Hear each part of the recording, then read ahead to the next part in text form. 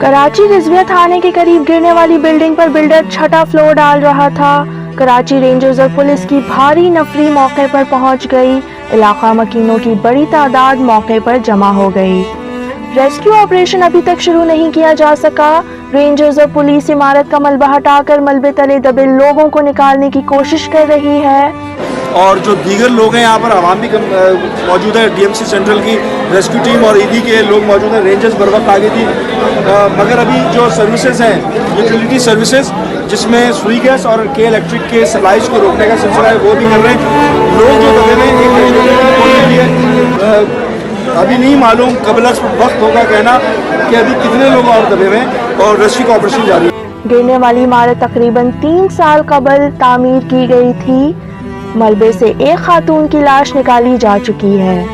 Camera team और साथी reporter हिदायत शाह के साथ समरीन आयशा जमान, पब्लिश न्यूज़, कराची।